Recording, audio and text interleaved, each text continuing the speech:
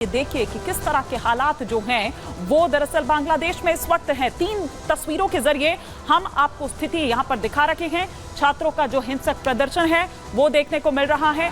छात्रों ने आगजनी की, तोड़फोड़ की, प्रदर्शनकारियों पर फायरिंग करते हुए उल्टा ये यहाँ पर नजर आ रहे हैं। और ये किस तरह से हिंसक उग्र होता जा रहा है, बल्कि आपको बताएं कि कई जगहों पर किस तरह से जो ट्रेनें हैं वो रोक दी गई थी। यही कारण है कि एहतियातन अभी जो भी आवाजाही है, जो भी परिचालन है वो बंद कर दिया गया है।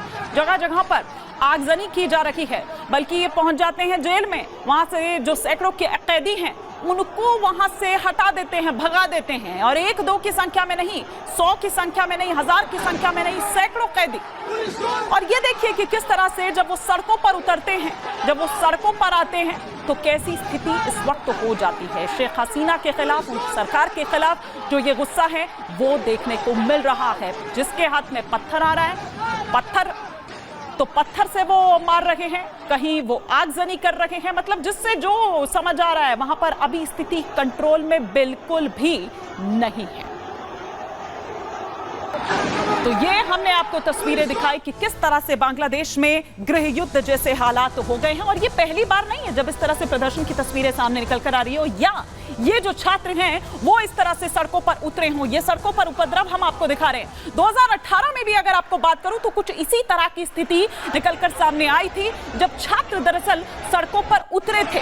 और फिर उसके बाद 2019 में चुनाव से ठीक पहले भी इसी तरह की तस्वीरें बांग्लादेश से निकलकर सामने आई थी। ये देखिए ढाका में सड़कों पर किस तरह से प्रदर्शन करते हुए नजर आ रहे हैं। कहीं आग लगा दी जा रही है, कहीं पत्थरबाजी, कहीं हथियार लेकर हाथों में लाठी डंडे लिए ये छात्र आगे बढ़ते जा रहे हैं। इनका गुस्सा एकदम चरम पर है। मेरिट के आधार पर बात कर रहे हैं, वो आगे भी बताऊंगी मैं आगे। पहले तो आप तस्वीरें देखिए किस तरह से, कितनी तादाद में जो छात्र हैं वो इस वक्त यहाँ सड़कों पर उतरे हुए हैं। एक बार मैं चाहूंगी कि जरा आप एम्बियंस भी यहाँ पर सुनिए कि किस तरह की नारेबाजी हो रही है। सुनिए।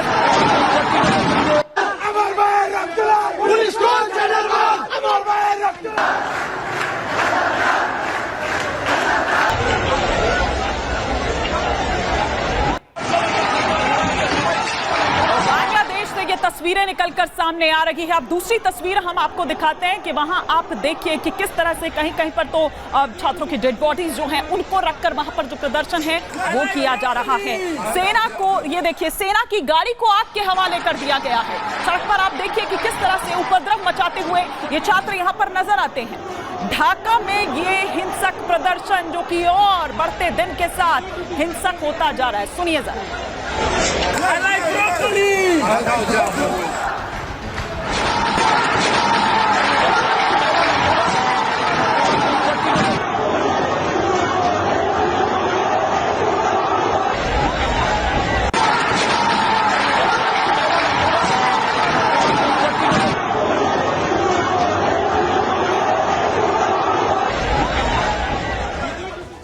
तो देखा आपने कि किस तरह की स्थिति दरअसल बांग्लादेश में इस वक्त हो रखी है। बांग्लादेश में ये हिंसा और छात्र जो हैं, भारतीय छात्र, वो लौट रखे हैं। बांग्लादेश के शिक्षण संस्थानों में ताले लटके हुए हैं, बंद कर दिए गए हैं वो शिक्षण संस्थान। विदेशी छात्र वापस लौट रहे हैं अपने घरों को, क्योंकि वो देखिए जिस तरह की स्थिति वहां पर bनी हुई है। अपने अभिभावकों से भी बात नहीं कर पा रहे, या जिनकी बात हो रही है उनके अभिभावक नहीं चाह रहे हैं कि इस वक्त वो बांग्लादेश में रहें। और भारत समेत कई देशों ने एडवाइजरी जारी की है।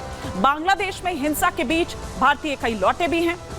बांग्लादेश से 245 भारतीय, बल्कि ये आंकड़ा अब बढ़ गया है, 405 भारतीय जो हैं वो स्वदेश लौटे हैं। एडवाइजरी के बाद भारतीय छात्र लौट आए हैं और लगातार अभी भी अगर कुछ वहां पर छात्र रह गए हैं, लोग रह गए हैं, तो लगातार उनसे संपर्क में हैं।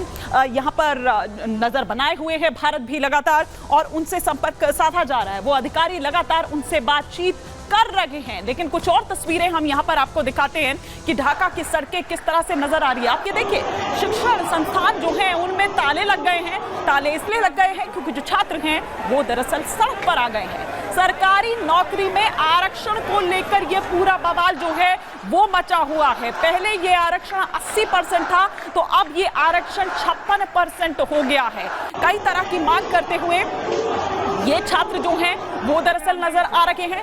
नारेबाजी करते हुए नजर आ रहे हैं। हाथों में झंडे, बैनर, पोस्टर, पत्थर, लाठी, डंडे सब लेकर ये सड़क पर उतरे हुए हैं। और देखिए कि पूरा किस तरीके से एक पूरा चेन बनाकर आगे बढ़ते जा रहे हैं। एक पूरी श्रृंखला सी बनाई हुई है और आगे बढ़ते हुए जा रहे हैं। नारेबाजी हो रही है शेख हसीना के खिलाफ, उनकी सरकार के खिलाफ, उनके उस फैसले के खिलाफ। और देखिए कोर्ट ये आग या फिर ये जो विरोध की लहर है वो और ज्यादा कब बढ़ जाती है जब कोर्ट द्वारा पिछले महीने 5 जून को फैसला सुनाया जाता है। इस फैसले के खिलाफ हालांकि अगर मैं बात करूं तो शेख हसीना द्वारा अपील की गई थी, लेकिन कोर्ट ने जो अपना पुराना फैसला है उसको बरकरार रखा और उसके बाद और ज्यादा भड़क जाती है ये आग। क्या कहते हैं उसके बाद छात्र, ये भी सुनिए।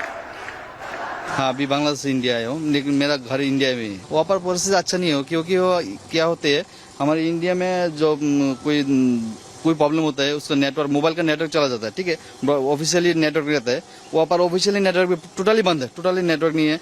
और वहाँ का जो परिस्थिति है ये क्या है, गाड़ी भाड़ा जो है ना रेंट, जिसका रेंट है 200 रुपये, मैं अभी आया 1000 रुपये, 1000 रुपये देके आए। इंडिया का गवर्नमेंट जो वहाँ पर जो हम लोगों का सनातनी लोग है ना, उन लोगों को ज़्यादा प्रोटेक्शन देने के लिए, बोलने के लिए अच्छा होगा, वहाँ पर बोल सकते हैं। तो हमें इंडियन एम्बेसी ने से मैसेज भी आई थी, उन लोगों ने बोला था कि थोड़ा सा अनरेस्ट हो गया है बांग्लादेश में इस चीज़ को लेकर कि वहाँ का कुछ कोटा सिस्टम है एजुकेशन में, तो उनका कोई ऐसा तबका है जिसका कोटा बढ़ा दिया गया था, तो उसको लेके जो है एक टेंशन सा क्रिएट हो गया है। तो इसकी वजह से जो भी इंडियन स्टूडेंट्स है चाहे तो वहाँ भी रह सकते हैं, लेकिन कांटेक्ट तो वहाँ पे नहीं हो रहा है क्योंकि इंटरनेट बंद कर दिया है। तो हमें सेफर साइड पे लगा के घर चले जाते हैं इंटरनेट में। तो अभी तो फिलहाल कॉलेज वगैरह बंद कर दिए गए। अभी बहुत प्रॉब्लम में है देश, बहुत तकलीफ में है। अच्छा, कोई खबर ही नहीं है, नेट नहीं चल रहा है ना, इसलिए मतलब क्या चल रहा है देश में पता नहीं है।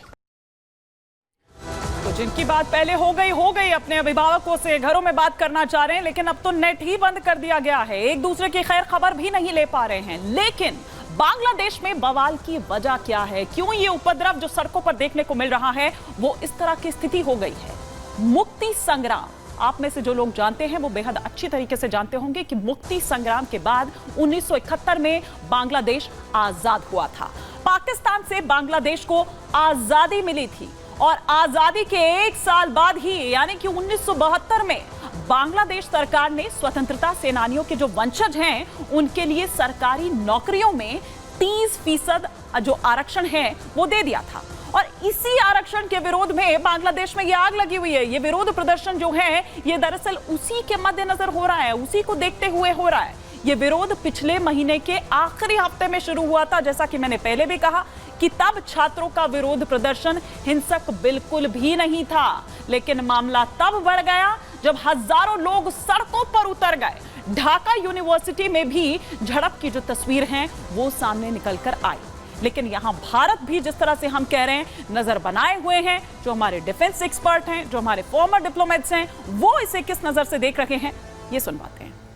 ये वक्त बड़ा नाजुक है और डेफिनेटली ये जो इंडियन छात्र हैं वहाँ पे या इंडियन सिटीजन्स हैं वहाँ पे, उनका शायद वापस आना बेहतर है, कॉमन सेंस है, क्योंकि जब लॉलेसनेस बढ़ेगी वहाँ पे, और बांग्लादेश में पहले भी बहुत किस्से हो चुके हैं anti Indian, anti Hindu, right, जिन पर अटैक्स किए गए हैं। अब ऐसे में अंग्रेजी में एक सेइंग है, फिशिंग इन ट्रबल्ड वाटर्स।